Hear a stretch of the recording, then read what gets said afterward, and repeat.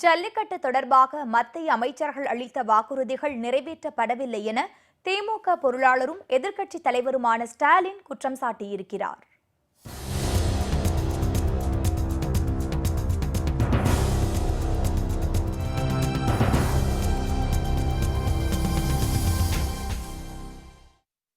உச்சநீதிமன்ற தடையால் தமிழகத்தில் கடந்த 2 ஆண்டுகளாக ஜல்லிக்கட்டு போட்டி நடத்தப்படவில்லை.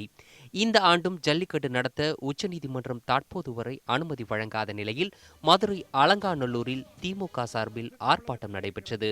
அக்கட்சியின் பொருளாளரும் எதிர்க்கட்சித் தலைவருமான ஸ்டாலின் தலைமையில் நடைபெற்ற இந்த போராட்டத்தில் காங்கிரஸ் உள்ளிட்ட கூட்டணி கட்சி பிரமுகர்களும் கலந்து கொண்டனர். ஜல்லிக்கட்டை நடத்திட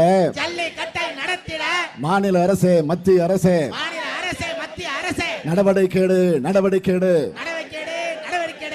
ஆர்ப்பாட்டத்தின் போது பேசிய ஸ்டாலின், தமிழகத்தின் கலாச்சாரத்தை பாதுகாக்க ஜல்லிக்கட்டு போட்டியை நடத்த வேண்டும் என மத்திய மாநில அரசுகளுக்கு நினைவூட்டும் விதமாகவே இந்த போராட்டம் நடத்தப்படுவதாக குறிப்பிட்டார்.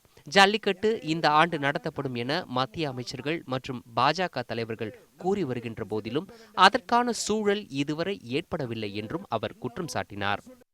இப்பொழுது என்ன சொல்லிக் கொண்டிருக்கிறார்கள்? வரும் வடிவேலு காமெடியைத்தான் நினைவுக்கு வரும். இப்போ வரும், ஆனா வராது. நான் ஏதோ வேடிக்கைக்கு பேசுகிறேன் நீங்கள் கருதக்கூடாது, வேதனையோடு சொல்லுகிறேன்.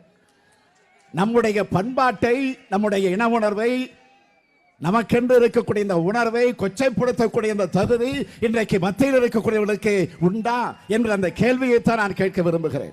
ஜல்லிக்கட்டு போட்டி தடைப்பட்டதற்கு அதிமுகவே காரணம் என்று குறிப்பிட்ட ஸ்டாலின், இந்த விவகாரத்தில் அதிமுக எம்பிக்கள் மத்திய அரசுக்கு போதிய அழுத்தம் தரவில்லை என்றும் குற்றம் சாட்டினார்.